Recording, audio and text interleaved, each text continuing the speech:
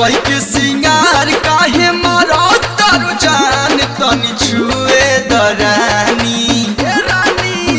हो तनी छुए दरानी अपन चिकन सामान तनी छुए दरानी अपन चिकन सामान तनी छुए दरानी